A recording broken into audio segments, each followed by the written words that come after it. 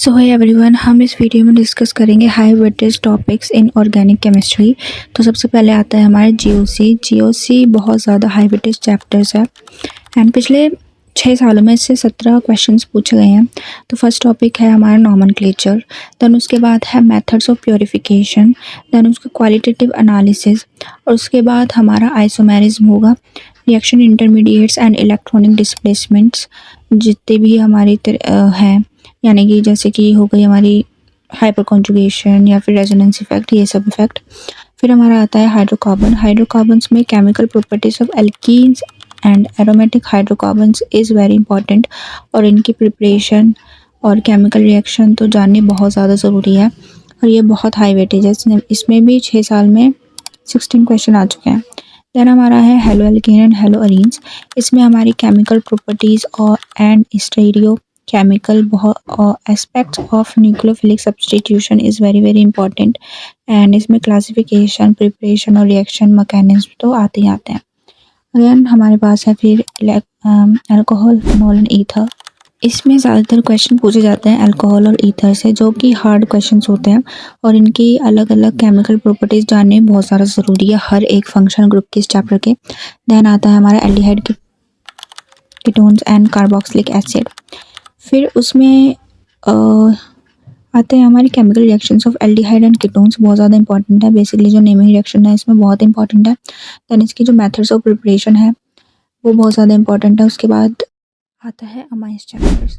सो amines में क्या होता है, बेसिकली केमिकल रिएक्शंस बहुत ज़्यादा इंपॉर्टेंट है, अमीन्स की एंड एनिलीन्स की, ये हर साल आती है। और उसके बाद जो बेसिक नेचर होता है अमीन्स का वो बहुत इंपॉर्टेंट है, और कार्बाइल अमीन जैसी रिएक्शन बहुत ज़्यादा इंपॉर्टेंट है, इसमें हर साल क्वेश्चन आता है। देन आता है हमारा बायोमोलिक्यूल्स। बायोमोलिक्यूल्स के अंदर जो कार्बोहाइड्रेट है वहाँ से जनरली क्वेश्चन पूछा जाता है, और इसमें डाइसेकेराइड्स एंड वाइटामिन बहुत ज़्यादा इंपॉर्टेंट है, वहाँ से डायरेक्ट क्वेश्चन आ जाता है। देन इसमें बेसिकली क्या होगा, स्ट्रेट फॉरवर्ड क्वेश्चंस होते हैं, मतलब रेक्टिफिकेशन नहीं है, और कहीं ना कहीं बायो में भी चैप्टर है बायोमोलिक्यूल्स, तो थोड़ा सा इजी हो जाता है इसको पढ़ना। देन हमारा आएगा सोल्ट एनालिसिस। सोल्ट एनालिसिस में qualitative analysis of organic compounds आते हैं। इसमें हर साल एक क्वेश्चन तो आता ही आता है, 1 से 2 क्वेश्चन आते हैं, और ये रिसेंटली ऐड हुआ है, यानी कि 2023 वाले बैच में ही हमारे ऐड हुआ है। इसमें टेस्ट ऑफ कैटायन इंपॉर्टेंट है, उसके बाद प्रैक्टिकल स्किल्स और हर अलग तरीके के जो हमारे फंक्शनल ग्रुप होते हैं उनकी आइडेंटिफिकेशन इंपॉर्टेंट है। बेसिकली जो हम 12th में लैब में करते हैं एक्सपेरिमेंट्स, वहाँ से आते हैं, तो वो हमें याद करने बहुत ज़्यादा इंपॉर्टेंट है।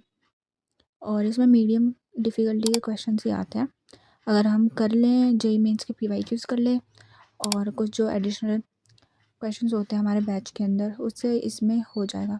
सो ये था हमारा ऑर्गेनिक केमिस्ट्री के हाई वेटेज टॉपिक्स।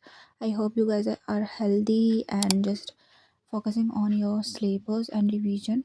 मिलते हैं नेक्स्ट वीडियो में, जो कि होगी इनऑर्गेनिक के लिए, और जल्द ही फिज़िक्स और बायो के लिए भी हाई वेटेज टॉपिक्स मैं आपको बताऊंगी। So thanks for watching and share and subscribe. Bye bye.